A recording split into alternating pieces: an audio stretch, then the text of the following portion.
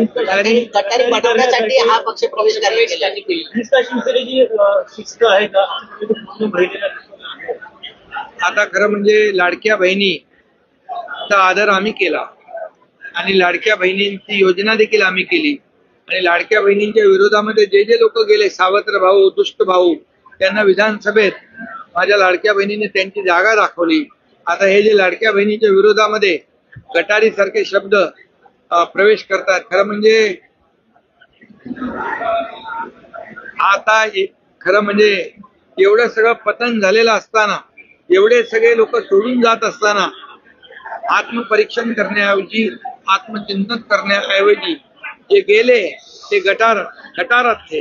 जो गेला तो कचरा आणि मग शेवटी